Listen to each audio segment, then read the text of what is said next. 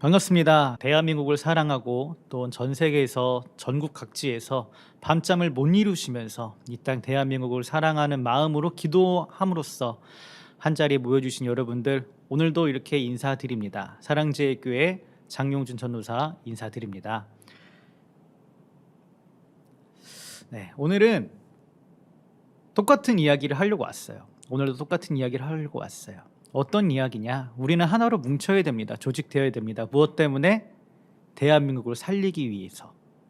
그에 따라서 그렇다면 어제는 왜? 라는 주제를 가지고 얘기를 했어요.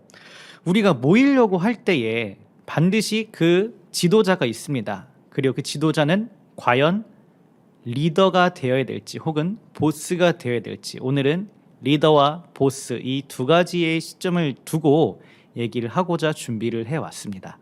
먼저 지금 논란이 되고 있는 것이 너무나도 많습니다. 지금 현재 보여주고 있는 우리 문대령통님께서 세상에서 제일 전능하시고 무능하신 모습을만을 보여주고 있어요.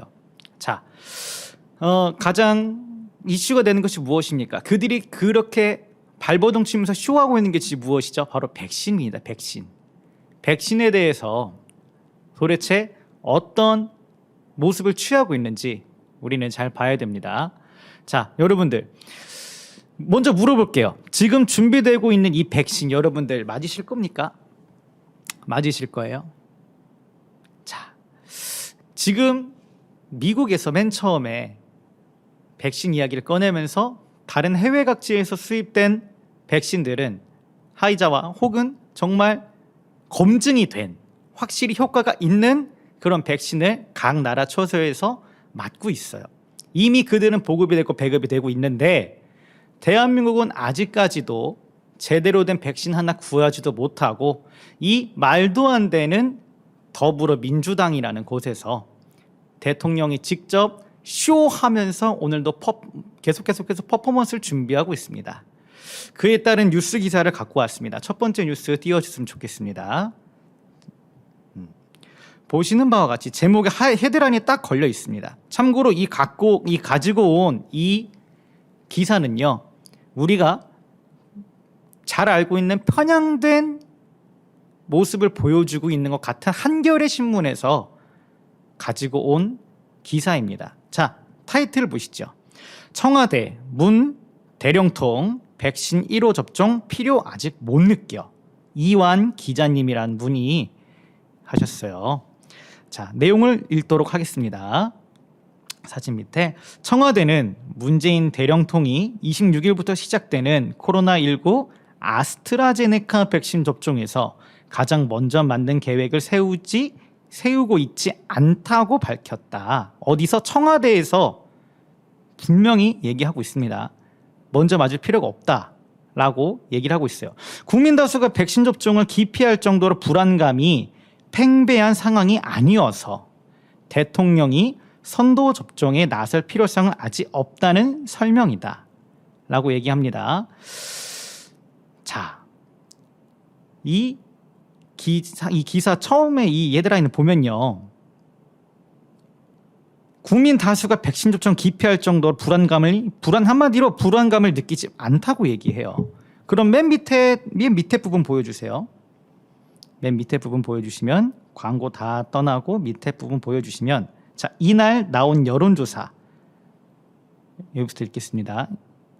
조금 더, 네, 거기 이날 나온 여론조사, 네, 이날 나온 여론조사 결과를 보면 코로나 백신 접종 의향이 꽤 높으면서도 불안감도 잠재되어 있는 것으로 나타났다. 한국갤럽은 코로나19 백신 접종 의향을 물은 결과 71%가 접종을 받겠다고 응답을 했다고 밝혔다. 접종을 받지 않을 것이란 답변을 한 사람은 19%, 모르겠다거나 응답을 거절한 비율은 10% 정도였다. 다만 백신 부작용이 있을까 봐 걱정된다는 물음에 71%가 걱정된다고 대답했다 라고 얘기합니다. 자, 약간 위에 보시면요, 분명히 나와 있어요. 백신 접종 의향을 물은 경우가 71%가 접종을 받겠다고 응답을 했는데, 이걸 부작용이 있을까 봐 걱정이 된다는 퍼센트도 71%입니다. 여러분들 국민 100%, 1000명이든 몇천 명이든 2000명이든 100% 중에 71%한테 물어봤어. 71%가 나는 맞겠다. 나는 접종 의향이 있다라고 얘기했는데 그 부작용 때문에 난 못 맞겠다 하는 사람들도 71%가 나왔어요. 그 얘기는 어떤 겁니까? 나 맞을 건데 부작용이 있을까 봐 무서워라고 얘기했다는 사람들이 100%란 소리입니다. 네. 그러고 앉아있는 이 말도 안 되는 불안감이 없어서 국민들이 불안감을 못 느껴서 대통령이 맞을 필요가 없다라고 얘기하고 있어요. 이게 얼마나 누구 생각입니까? 이거 국민들 목소리 아닙니까? 그리고 이럴 거면 여론조사 왜 한 거예요? 이런 모습을 보여주고 있는 게 대령통 현재 우리 정부라고 얘기하고 있는 그들의 말도 안 되는 계속 앞뒷면이 다른 모습을 계속 보여주고 있어요. 여러분들 지금 다른 나라 남아공 그리고 여론이 됐고 계속 안 좋은 소리 들었던 조 바이든 미국 이스라엘 인도네시아 그 나라들은요 이미 백신 접종을 시작했고 그 나라들은 대통령 혹은 국무총리가 제일 먼저 국민들의 불안감을 호소해 주기 위해서 제일 먼저 정부에서 백신을 맞았습니다. 뭐 때문에 국민들의 불안감을 떨쳐주기 위해서 이렇게 했어요. 그런데 우리나라 대령통은 우리나라 정부라고 얘기하고 우리나라 대표라고 얘기하는 이 이름도 얘기 거론하고 있지만 쉽지 않지만 문 대령통님께서는 맞을 필요가 없다. 내가 먼저 솔선수범 보일 필요가 없을 것 같다. 왜? 국민들이 불안감이 극도로 치닫지 않기 때문에 라고 얘기합니다. 여론조사가 정말 무의미합니다. 국민들의 목소리가 무의미합니다. 이들은 사람이 먼저다 라고 얘기는 하지만 전혀 사람이 먼저인 것 같지 않아요. 누가 먼저냐? 내가 먼저다. 내가. 문재인이 먼저고 민주당이 먼저고. 여러분들 그거 아시죠? 새로운 법안들이 많이 발의되잖아요. 전부 다 민주당에서 제일 먼저 어깁니다. 그리고 많은 언론에서 논란이 되는 건 또 대부분 다 민주당 소속 국회의원들이에요. 여러분들 그거 아세요? 이번에 문재인 대령통이 정부를 장악하고 나서 민주당 관계자 사람들이 16명이 자살을 당했어요. 자살이라는 건요, 이 극단적인 선택을 하는 거는 정말 엄청나게 많은 용기가 필요합니다. 아마 여러분들도 사시면서 이 삶을 살아가면서 하루라도 빨리 주님 나라 가고 싶다. 혹은 내가 지금 짊어지고 있는 이 짐을 전부 다 풀어버리고 싶다라고 하시면서 안 좋은 생각을 한 번쯤은 해보셨을 거라고 생각을 해요. 왜냐? 아직 30이 안 된 저도 많은 생각을 했었고 심지어 주님 만나기 전에는 극단적인 선택을 했다가 실패했던 사람이에요. 그것도 아주 어린 나이에 10살이란 나이에. 네. 그럴 때 엄청난 그때 그런 사람들이 그래요. 이 극단적인 선택을 했다가 극복을 하고 남은 삶을 살아가는 사람들은 무엇을 하든 간에 굉장히 도전적이게 됩니다. 왜? 그때만큼 용기가 필요하지 않아요. 모든 삶에서 그때만큼의 용기의 절반만 사용하더라도 모든 일들 하는 데 가운데 있어서 두려움보다는 기대감을 가질 수밖에 없더라고요. 제가 살아보니까 그렇습니다. 아직 어린 나이인데도 불구하고 그런 이 경제가 폭락을 하고 정치적으로 모든 탄압을 받고 있다 보니까 정말 말도 안 될 정도로 화가 치밀어 오르는 사건들과 이야기들이 한두 가지가 아니에요. 그죠? 자, 두 번째 기사 보여주시면 좋겠어요. 이것도 마찬가지로 편향된 언론이라고 얘기하는 우리가 그렇게 느끼고 있는 한겨레 신문에서 갖고 온 겁니다. 자, 정치권 대령통 1호 접종 설전의 안철수가 나옵니다. 내가 먼저 맞겠다라면서 저번 현재 거의 완전 뉴스타 됐어요. 스타가 되신 분이에요. 스타가 되신 분. 이번 코로나 사태로 인해 가지고 이전에 그 의사 면허증이 있으신 분이잖아요. 이 안철수 대표가 그 뉴스 내용을 보여주시면 좋겠습니다. 정치권은 국내 코로나19 백신 첫 접종 시작을 나흘 앞둔 22일에도 문재인 대령통의 1호 접종 여부를 두고 설전을 벌였다. 이런 가운데 안철수 국민의당 대표는 정부가 허락한다면은 자신이 1호 접종자로 나설 뜻이 있다고 밝혔다. 안 대표는 이날 당 최고위원회에서 제가 아스트라제네카 1차 접종 대상자는 아니지만 집단 면역 형성을 위한 백신 접종은 차질 없이 시급하게 이루어진다 하며 아스트라제네카에 대한 불신과 불안감 해소를 위해서라면 그리고 정부가 허락한다면 제가 정치인으로서 또 의료인의 한 사람으로서 먼저 이 아스트라제네카 백신을 맞을 용의가 있다고 말했다라고 얘기합니다. 지금 문재인이 기피하고 청와대가 기피하니까 너나 나나 할 것 없이 계속 달라붙고 있어요. 이때가 기회다 싶으면서 내가 1호로 맞겠다라고 얘기를 하는데 이 모습을 원래 대통령이 보여줘야 되는 거 아닙니까? 대한민국 정부라는 사람들이 먼저 보여야 되는 모습 아닙니까? 그런데도 불구하고 이번에 이러면은 확실히 이제 리더의 뜻이 보여요. 틈새 시장을 노린 내용인데, 자, 여러분들 백신 이 뉴스 기사로 또 얘기를 할게요. 여러분들 그 국민의힘에 우리가 익히 알고 있는 우리 유승민 의원께서 얘기합니다. 자, 문재인 대통령님 국민들이 불안감을 떨고 있습니다. 그러니 솔선수범하여서 먼저 백신을 맞아주시는 게 어떻겠습니까? 당연한 겁니다. 또 여러분들 아시죠? 아스트라제네카라는 거는 아직도 확인이 되지 않은 백신이에요. 백신이라고 얘기하기도 좀 뭔가 좀 그렇습니다. 왜냐? 확인이 안 됐으니까. 그러니까 그거예요. 국민들이 불안해하고 사람이 먼저고 정말 대한민국 국민을 생각한다면은 너네부터 맞아라. 너네부터 맞아서 확실히 보여줘라. 부작용이 없다는 사실을 또한 당신이 선택한 이 백신이 효과가 있음을 확실히 증명해 달라라고 국민들은 계속 얘기하고 있는 거예요. 그럼에도 불구하고 자기는 맞지 않겠다라고 하고 있는 게 현재 청와대와 문재인의 입장이고 또 그에 따른 민주당의 정청래 의원은 얘기합니다. 자신의 페이스북에 얘기합니다. 자, 기사 먼저 사진 한번 띄워주세요. 네, 사진 한번 띄워주셔서 얼굴을 확실히 보여주셔야 됩니다. 기사 띄워주시길 바라겠습니다. 사진 먼저 딱 보여주세요. 누군지 딱 얼굴을 딱 보여주세요. 두 번째 기사고요. 두 번째 기사의 아래 부분입니다. 두 번째 기사 아래 부분. 네. 위로 좀만 더요. 네, 그 사람입니다. 얼굴 확실하게 보여주세요. 이 사람이 누구냐? 더불어민주당 정청래 의원입니다. 정청래 의원. 이 의원은 밑에 기사 내용을 같이 보시겠습니다. 22일 자신의 페이스북에 얘기를 해요. 사진 밑에 글자 기사 내용이 있습니다. 그 기사 내용 같이 읽겠습니다.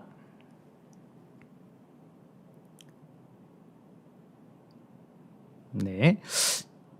정청래 더불어민주당 의원은 22일 자신의 페이스북에 유 전 의원을 겨냥해 국민 불안을 오히려 증폭시키는 무책임한 술수라며 우리 두 사람도 우선 접종 대상은 아니지만 국민들께서 허락한다면 둘이 모범을 보이자.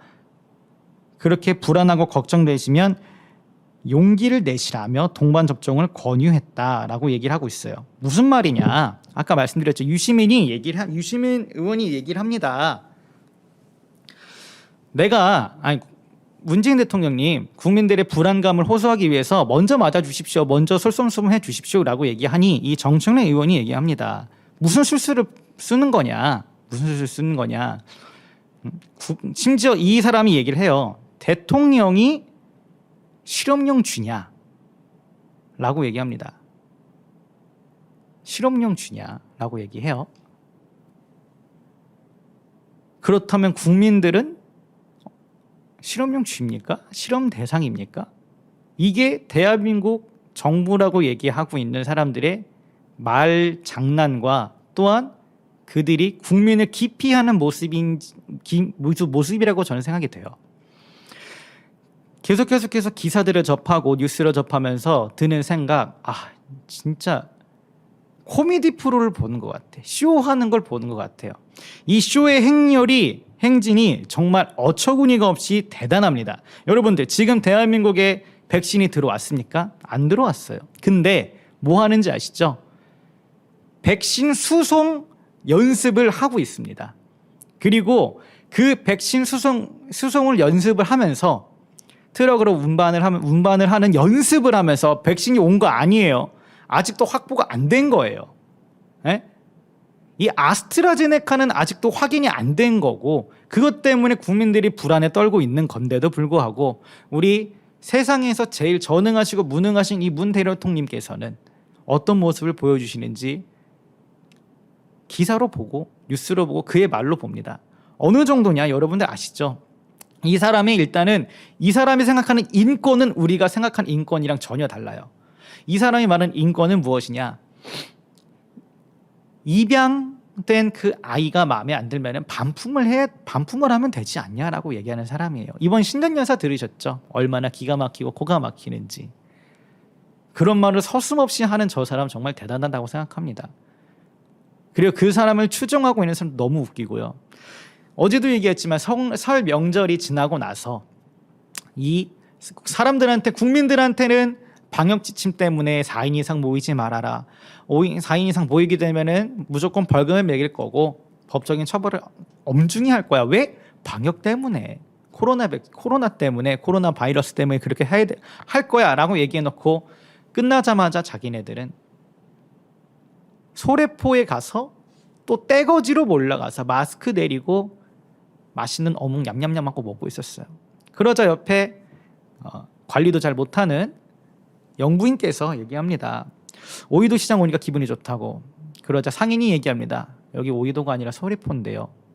틀린 말한 것도 아니고 그 무지함을 일깨워 죽인 것도 아니고 그 실수한 거를 만회하기 위해서 말을 해줬어요. 그런데 여러분들 이 대깨문이라고 얘기하는 특히 말하는 달창 머리가 깨져도 이 대가리가 깨져도 문재인 거리고 있는 이 사람들이 그 시장 상인을 얼마나 괴롭힌지 아십니까? 그 댓글 보면요 정말 이 사람들 굉장히 무섭습니다. 어제 얘기했던 페미니스트보다 더해요. 국민의당에서 심어놓은 사람이라든지 원래 시장 상인이 아니라든지 말도 안 되는 사람들이 많이 얘기합니다. 지금 댓글 보시면은 댓글에서도 얘기하시잖아요. 정신병자라고. 그 정도면은 정신병자 맞습니다. 진짜 수감시켜서 정신병원에 쳐놔야 돼요. 아주 아무것도 없는 그 흰색 방에다 쳐넣어야 되는 사람들이 대거 가득합니다. 하지만 그럼에도 불구하고 이 나라 얼마나 무방비한지 진짜 가슴이 답답하고 턱턱 막혀요. 자, 그리고 이 백신 1호 접종 때문에 정말 말도 안 되는 사람들이 많이 달라붙고 있는데 특히 저 민주당 소속의 고민정 의원이 얘기를 합니다.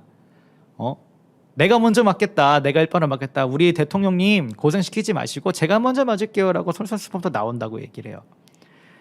도대체 뭐가 무서워서 그렇게 자신 있게 얘기했던 아스트라제네카 백신이 그렇게 효과가 있고 확실히 백신 역할을 한다고 하면은 왜 안 맞겠습니까? 네가 먼저 맞아보세요라고 국민들 얘기하고 있는 거 아닙니까?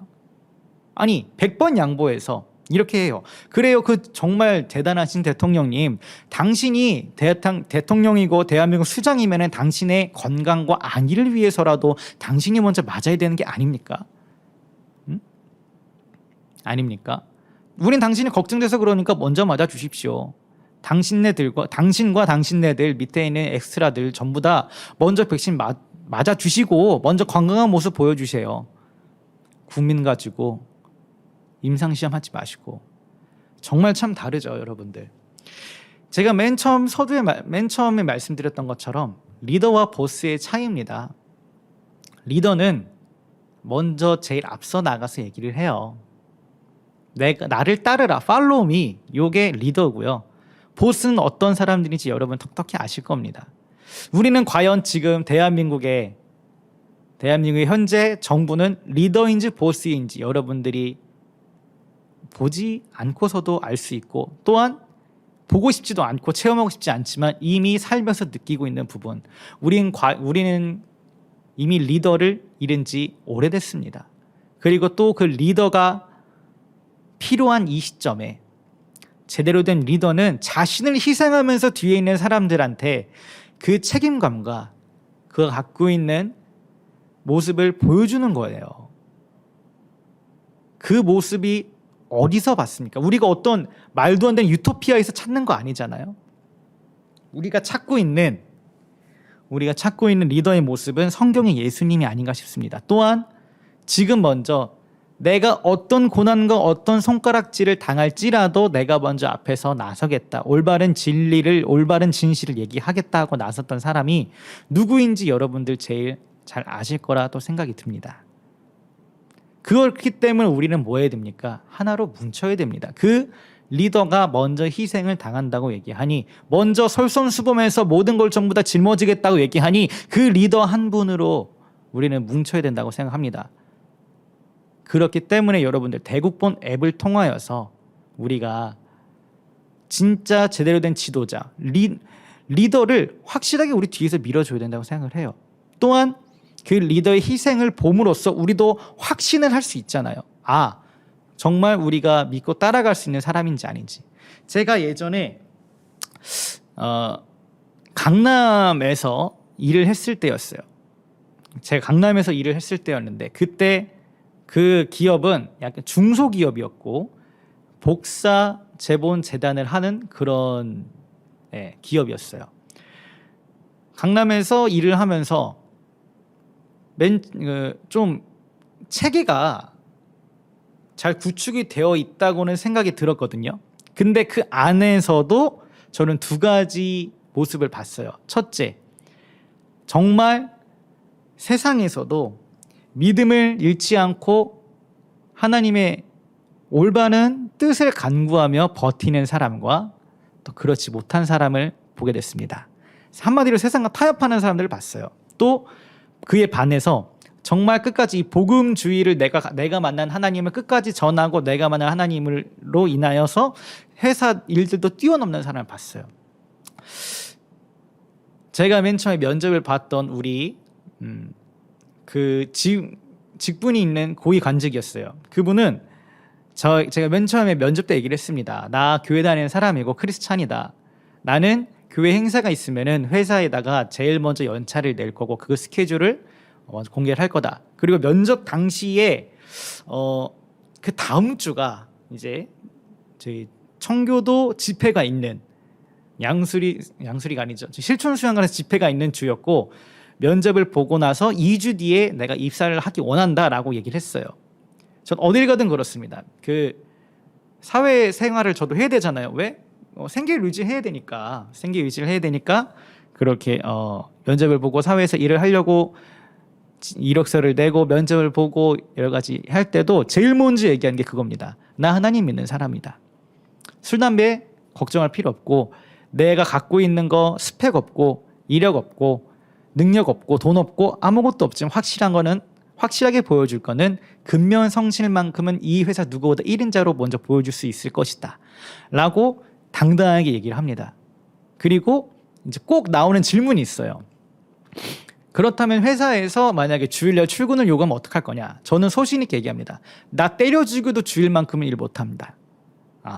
나는 때려 죽여도 주일만큼은 절대로 포기할 수 없고, 차라리 나를 야근을 시키거나 내가 밤새 일할 수 있으니까 주일만큼은 절대 양보할 수 없다라고 얘기하잖아요. 그리고 이러면은 대부분 다 사람들이 어떻게 그렇게 취직을 해? 어떻게 세상에서 그걸 받아줘? 라고 근심 걱정하시는데, 젊은 청년 여러분들 절대 걱정하지 마세요. 하나님께서는 반드시 그곳에서 역사를 하십니다. 제가 직접 경험을 했어요. 저는 여태까지 면접을 봐서는 단 한 번도 떨어져 본 적이 없어요. 제 스펙, 저 확실하게 말씀드려요. 고졸입니다. 고등학교 졸업해가지고 자격증을 딸 수 있었음에도 불구하고 자격증 하나 없고, 제가 갖고 있는 자격증 면허증이라고는 운전면허밖에 없어요. 그럼에도 불구하고 세상 그 어느 곳에 가든지 확실하게 제 소신을 얘기하고 내가 갖고 있는 이 사상과 가치관 또한 확실한 신앙 고백을 하면요 하나님이 역사를 해주시더라고요. 아무쪼록 그 기업에서 이제 면접을 볼 때 그랬어요. 그분이 이제 그 고위관직이셨는데 야 너 어떻게 말을 그렇게 하냐? 회사가 먼저지 교회가 먼저야? 죄송합니다. 저는 교회가 먼저고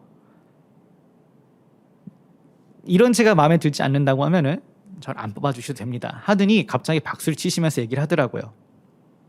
나도 교회 다니는데 우리 매형이 목사님인데 나 그 정도 이해해 줄 수 있다. 너 나랑 같이 일하자 하면서 그 회사 입사를 했어요.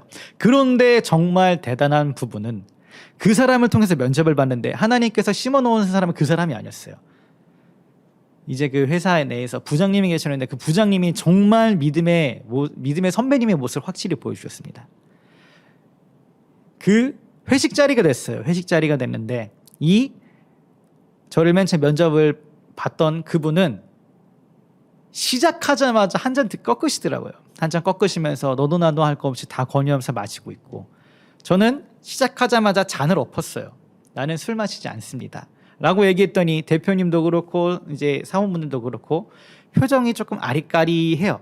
근데 그 부장님 옆에 있는 그 부장님께서도 그 다음에 저를 보시더니 같이 컵을 엎어주시더라고요. 그러면서 모든 커버를 다 쳐주셨어요. 그리고 그 회사 내에서 계속해서 저를 땡겨 가시려고 용준 씨 우리 부서로 들어오면 안 될까? 내가 준비 다 해놓을게. 내가 용준 씨 돈 벌 수 있는 거 전부 다 해놓을 테니까 제발 우리 부서로 와줘 하면서 계속 이렇게 영입을 스카우트 제의를 하셨는데도 불구하고 저는 제가 맡은 거 일단 충실히 하고 나서 제가 여기서 인정받고 가겠습니다 부장님 이렇게 얘기를 말씀드렸거든요. 근데 얘기하고자 하는 게 무엇이냐면은 리더와 보스의 차이였잖아요. 이 회사 내에 조금 아리까리한 모습들이 연봉에 대해서 얘기를 서로 안 해요. 근데 이거는 어떻게 보면 회사 내에서 에티켓이죠. 연봉에 대해서 얘기를 하지 않는 것들이 밑에 있는 사원들이 그걸 얘기하는 것이 예의라고 생각이 되고 또한 에티켓을 생각합니다. 그런데 제가 이 회사에 있었을 때 어떤 일이 있었냐? 정확히 저희 목사님께서 이 수술을 하셨잖아요. 근데 이 수술하실 때 쓰러지셨어요. 그날이었습니다. 그 똑같은 그날 갑자기 작업을 하던 제가 구역질이 나더니 회사 변기를 붙잡고 20분 동안 계속 헛구역질을 했어요. 우웩우웩 거리면서 헛구역질하고 몸이 왜 이러지 하면서 말도 안 되는 빈혈과 한 번도 경험해보지 못한 것들을 막 몸에 안 좋은 상태가 막 느껴지더라고요. 그러다가 어느 지경까지 갔냐면은 처음에 근처에 있는 병원을 갔다가 병원에서도 이거 안 된다. 이거 CT를 찍어보든지 뭔가 해봐야 될 것 같다 해서 회사에 말한 다음에 고려대학교 병원에서 CT를 찍고 확인해본 결과 검사를 해보는데 증상이 약간 뇌척수염 같다라고 얘기를 하더라고요. 뇌척수염 같다. 그러니까 검사를 해보자라고 얘기해서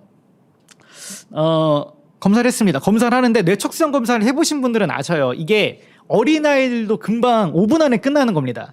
허리를 이렇게 둥글게 만 다음에 척추 맨 밑에 있는 부분에 길다란 장 주사기, 바늘이죠. 장 바늘을 쑥 집어넣어서 척수통 안에 있는 조금 물통이 있대요.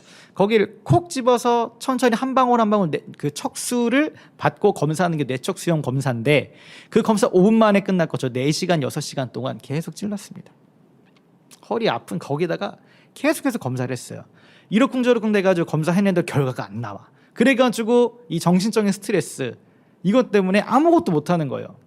뭐만 하면 빈혈 쓰러지려고 그러고 막 어질어질거리고 말도 안 갑자기 모르는 불안감과 막 이렇게 그때부터 엄청나게 몸이 안 좋아지기 시작한 것 같은데 그때 제가 다니던 그 회사에 대표님이 연락이 왔어요. 대표님이 연락이 오셔서 했단 말이 무엇이냐면은 용준 씨 회사 사정이 좋지 않아. 지금 직원을 더 고용해야 될 것 같아. 용준 씨의 빈자리가 너무 커. 그러니까 언제 돌아올 수 있냐. 대표님 죄송합니다. 말씀을 드리기 좀 너무 어렵네요. 하면서 제가 먹고 있는 약을 보여줬어요. 그 약이 어떤 약이냐면 여러분들 우울증을 억제시키는 항우울증 약이었습니다. 그 약을 먹으면요 정말 아무것도 하기 싫고 아무것도 할 수가 없어요. 사람이 멍해져 가지고요. 어떤 생각도 안 나요. 사람들이 왜 마약을 하는지 알 것 같다니까요. 그 정도에 정말 멍해가지고, 왜냐면은 그렇지 않으면요 머리가 두통이 계속 있었습니다. 지금도 그래요. 그때 이후로 스트레스를 받으면은 직접적인 두통이 지끈지끈하면서 확 몰려와요. 그런데 그 상황에서 제 상태를 얘기하니 대표님께서 얘기하십니다. 그러면은 회사 입장에서 너를 끝까지 갈 수가 없으니까 퇴사를 하는 게 어떻겠냐, 회사 사정도 이렇쿵 하니까 라고 얘기하니까 조심스럽게 말씀드렸습니다. 저도 회사 사정 잘 아니까요 대표님, 그런 부분에 있어서 먼저 말씀을 꺼내주셔서 감사합니다. 안 그래도 너무 마음에 걸렸어요. 그런데 대표님, 저 지금 이 상태로는 생계 여태까지 유지하던 거 힘듭니다. 그러니 부탁드리온데 실업급여라도 조금 받을 수 있도록 도와주십시오 라고 얘기했습니다. 왜? 당장 일을 할 수 없는 몸이고, 또는 회사한테도 피해를 주고 싶지 않았고, 팀원들한테도 너무 죄송했고, 내가 무엇보다도 아무것도 못하는 자신이 너무 힘들었거든요. 그러니까 조심스럽게 말씀을 드렸어요. 실업급여 된 부분을 좀 도와달라 하니까 이분이 하시는 말씀이, 그렇게 되면 회사에 페널티가 있기 때문에 못한다. 내가 사직서 갖고 왔으니까 여기다 사인해줘 라면서 사직서를 이렇게 딱 들이비치더라고요. 느꼈어요. 아, 이게 내가 여태까지 리더를 따라갔던 게 아니었구나 라고 확실히 느꼈습니다. 강남에 있는 그 회사 지금 잘 돌아가고 있고, 또한 이 부장님과는 지금도 연락을 주고받고 있어요. 명절 때마다 연락을 드리고 연락도 먼저 해주시기도 하고, 정말 멋있는 분이시거든요. 그런데 제가 세상에서 느꼈던 부분은 그겁니다. 내가 그러니까 옆에 내 부하 직원이, 나랑 같이 일했던 사람이 몸이 저런데도 불구하고 내가 먼저구나 라고 생각하는 사람들, 또 회사 대표면은 또한 그 정도의 뭐 회사 사정이 있었겠죠. 뭐 안 좋은 일이 있었을 수도 있고, 저도 정확히 잘 모르고 회사 사정이란 게 있었는데, 그것보다도 제가 많이 회사에 많이 보여주지 못한 모습이 있었나 봅니다. 그때 느꼈어요. 리더와 보스가 어떤 차이를 갖고 있고, 또한 나는 어떤 사람이 되야겠구나라고 확실히 느꼈습니다. 그래서 이번 이 코로나 사태가 있기 전, 말도 안 되는 대령통, 말도 안 되는 정부가 들어섰을 때 목숨 다 바쳐서 정말 그 자리 가운데 임했습니다. 청와대와 광화문 앞에 나서서 아무것도 있지 않은 저를 사용해 주신 하나님께 내가 이 한 몸 던지는 게 무엇이 아까울 소냐 하면서 열심히 섬기고 열심히 충성을 다했다고 자부할 수 있습니다. 제 인생 전부 통틀어서 그때만큼 몸이 힘든 적이 없었어요. 그런데 여러분들께서도 잘 아시겠지만, 그 상황에서 우리 리더가 되신 정광훈 목사님께서 보였던 모습은 그 세상 어떤 누구를 갖다 놔도 그 자리 가운데 그렇게 못하실 거예요. 지금 현재 대형교회 목사님들 중에 아직까지 소신 발언은 하지만 직접적으로 싸우지 않으신 분들 많죠. 멀리서 나는 기도만 할게, 나는 이 부분에서 열심히 할게, 열심히 후원할게 하시는 분들이 계시는데, 그 목사님 그 누구도 성도들을 대신해서, 대한민국을 대신해서, 국민들을 대신해서 속 시원하게 있는 말들, 국민들의 이 간지러운 부분, 애타는 부분을 긁어준 사람 없었고, 어떠한 대표도, 어떠한 정당 대표도 말도 안 되는 정권의 반기를 드는 사람도 못 봤고, 어떠한 사람도 먼저 십자가를 지려고 하는 사람 없었어요. 그러나 우리가 따라가고 나를 따르라, 내가 먼저 보여주마 하면서 보여주셨던 정광훈 목사님께서는 그 누구보다도 제일 먼저 깜빵 가셨습니다. 감옥에 가셨어요. 그리고 하나님께서는 그때 당시 정말 절망에 빠지고 정말 기도 제목이 하나 더 늘었다면서 더욱더 울고불고 했던 우리들에게 큰 응답을 주셨죠. 모든 전면 죄악들이 무죄가 되었습니다. 하나님께서 전부 다 주관하신 우리는 보고 믿고 확신하고 있잖아요. 그러니까 여러분, 이번에 있는 이 대국본 앱 설치와 가입에 대해서 절대로 뒤로 물러서지 마시고 우리가 솔선수범하면서 먼저 하고 또한 그들에게 전파하여서 우리가 하나로 조직을 키웁시다. 다시는 이런 말도 안 되는 정권과 말도 안 되는 정부에 함락된 나라가 되지 않기를 바랍니다. 또한 어느 곳에 있든지 우리의 목소리를 얘기할 수 있어야 되는 이 자유를 빼앗으려고 하는 저 사람들을, 그 사람들 손아귀에서 우리 계속 있으면은 우리는 어떠한 자유를 누리지 못해요. 어떠한 말도 못하고 어떠한 삶도 열심히 살 수가 없어요. 그러니 여러분들, 보스가 되고 있는, 보스도 솔직히 그 정도 값어치도 못하는 사람이에요. 저 사람들은 법을 만들어 놓고 제일 먼저 어기는 사람들이 누굽니까? 예? 성추행하면 안 된다라는 거 당연한 겁니다. 근데 제일 먼저 성추행했던 분들이 어느 분들입니까? 또한 그 모든 책임에 대해서 지고 싶지 않아서 극단적인 선택을 하는 것도 또 어느 곳입니까? 본인들이 말한 것도 까먹어요. 서울시장 출마 자격이 박탈된 것임에도 불구하고 또 뒤집어 엎습니다. 지네들이 한 말도 군붕어 새끼 마냥 기억을 못해요. 짐승보다 못한 모습 우리 한 번도 못 본 게 아니에요. 그러니까 우리 더 이상 이런 사람 구실도 제대로 못하는 저 사람들에 대해서, 저 사람들 손아귀에서 쥐락펴락하면서 놀아나지 생각하지 마시고 이번 기회에 확실히 합시다. 이번 기회에 확실히 우리가 하나 되어서, 대국본 앱으로 하나 되어서, 왜냐? 선견지명을 우리가 보시잖아요, 여러분들. 분명히 이 앱을 통하여서 또 큰 일을 일어날 거예요. 뒤에 사진 보이시잖아요. 이 사진 보이시잖아요, 여러분들. 이게 몇 년 전, 몇십 년 전 일이 아닙니다. 작년에 있었던 일이에요. 이유가 뭐입니까?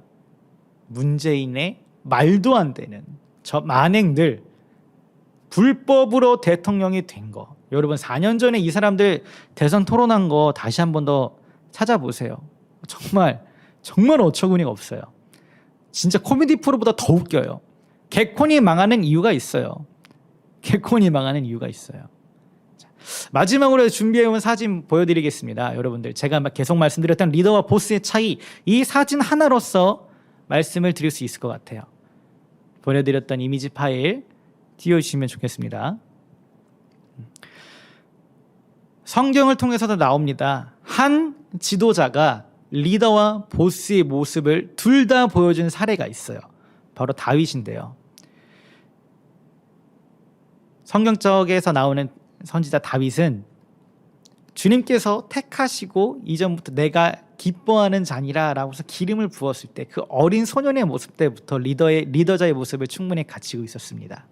하지만 그럼에도 불구하고 하나님께서 함께해 주시니까 이 선지자 다윗도, 이 왕 다윗도 그 유혹에, 뱀의 유혹에 넘어갈 수밖에 없는 연약한 인간임을, 또한 하나님의 뜻을 세워서 리더가 됐던 사람이 보스가 되면 어떤 짓을 하는지 또 보이게 돼요.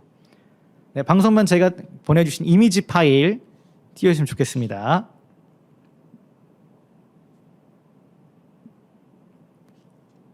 보이시나요? 사진 조금 더 축소해 주시겠어요?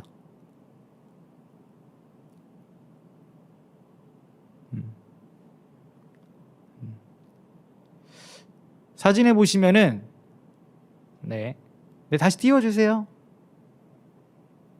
잘렸네요. 죄송합니다. 제가 급하게 준비해 오느라 조금 사진 내용이 살짝 조금 잘린 부분이 있지만 네, 그대로 띄워주세요. 보여주시면 되겠습니다. 왼쪽 사진에 보면은 리더라고 보이고 나를 따르라 하면서 미션을 끌고 가는 사람들이 보여요. 하지만 그 위에 저 손가락질하면서 명령하는 사람이 누구일까요?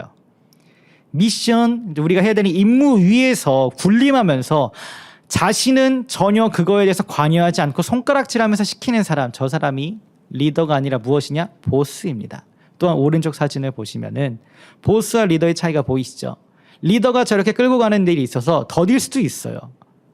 정상을 먼저 차지한 건 보스라는 사람이지만은 그 같은 팀을 보면요. 도움이 필요하지만 그 희생을 밟고 올라간 것이 저 보스라고 저는 생각이 됩니다. 또한 하지만 그럼에도 불구하고 리더는 정상에 올라가는 것이 조금 더딜지라도 한 사람 한 사람 전부 다 목표를 그 정상에 하기 위해서 한 사람 한 사람 끌며 올라가며 자신을 희생하면서 끌고 가는 모습을 볼 수 있습니다. 대한민국의 지도자 그리고 또한 우리가 앞으로 나아가야 될 모든 단체에서 우리가 속해 있는 모든 일들에서 우리는 과연 어떤 사람을 섬기고 어떤 사람을 따라가야 될지 여러분들과 제가 한 번 더 확인하고 또한 검증이 된 사람들을 따라갔으면 좋겠어요.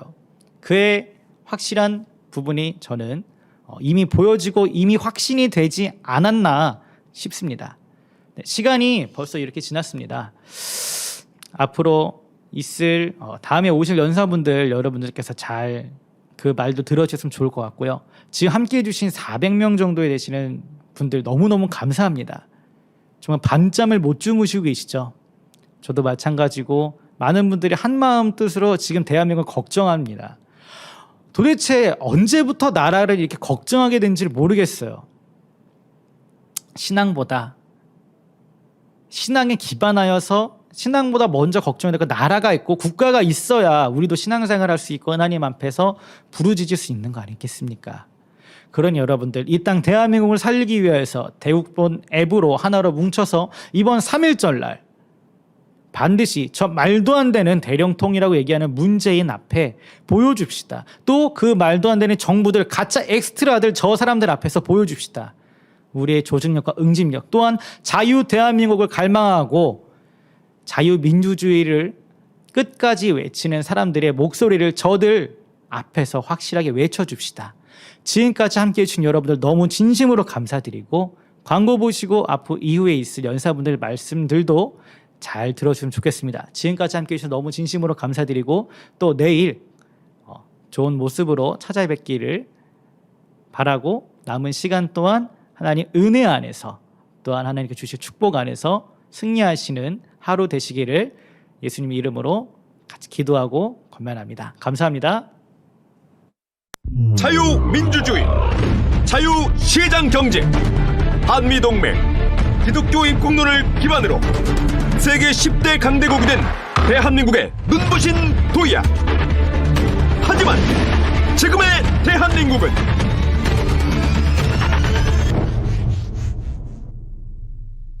어게인 1948 다시 성경 위에서 무너진 대한민국을 회복시킬 1천만의 용사 대국본이 일어납니다. 대국본은 무참히 짓밟힌 대한민국의 자유와 헌법 정신을 반드시 지켜내겠습니다. 대국본은 왜곡된 대한민국의 역사를 바로 세우고 자유 대한민국의 정체성을 수호하겠습니다. 대국본은 정부의 부동산 정책 실패, 원전 파기, 무분별한 포퓰리즘 정책으로 추락한 경제를 다시 살리겠습니다. 대국본은 정원유착에 왜곡된 언론을 바로잡아 정의가 살아있는 대한민국을 만들겠습니다. 대국본은 정부의 교회 탄압 정책에 맞서 오직 성경에 기반한 순교적 예배를 지켜내겠습니다. 대한민국을 지킬 1천만 용사 대국본, 그 위대한 사명으로 여러분을 초대합니다.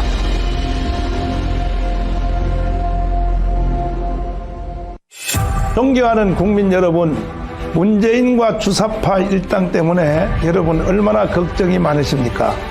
저는 작년 6월 8일 날 한기총 대표회장으로서 7개 사항으로 시국선언문을 통하여 이와 같은 세상이 올 것을 미리 경고를 했습니다.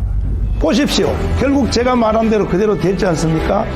이제 앞으로 되어질 일을 말씀드리면 반드시 저들은 대한민국을 해체하고 낮은 단계 연방제를 통하여 북한으로 갈 것입니다. 특별히 그들을 추종했던 대깨문 여러분, 제 말씀을 잘 들어주십시오. 막상 여러분들이 대한민국이 해체되고 북한으로 가려고 하는 것에 대하여 동의하십니까? 그러면 그때 가서 여러분들이 저항을 하시겠습니까? 시간이 늦어버립니다. 백개문 여러분들도 문재인이가 어떤 의도를 가지고 있는지를 분명히 간파하시고 이번에 드러난 원자력 발전소 북한 설립 그것은 빙산의 일각입니다. 문재인은 반드시 실현하려고 할 것입니다. 이제 우리가 정신을 바짝 차리고 지키지 않는 자는 누릴 자격이 없습니다. 3월 1일 날 3.1절 행사를 통하여 국가를 바로 세우기를 원합니다. 대한민국 5,200만 모든 국민들은 대국본 앱을 꼭 깔아주셔야 됩니다. 여러분과 제가 어떻게 유관순을 따라가겠습니까? 어떻게 우리가 안중근을 따라가겠습니까? 그러나 핸드폰 앱을 까시면 여러분은 유관순과 같은 급의 일을 하게 된다는 사실을 아시고 꼭 핸드폰 앱을 깔아주시기를 부탁드립니다. 감사합니다. 지금 플레이스토어와 앱스토어에서 대국본을 검색하세요. 위기의 대한민국을 살리는 대한민국 바로 세우기 운동본부.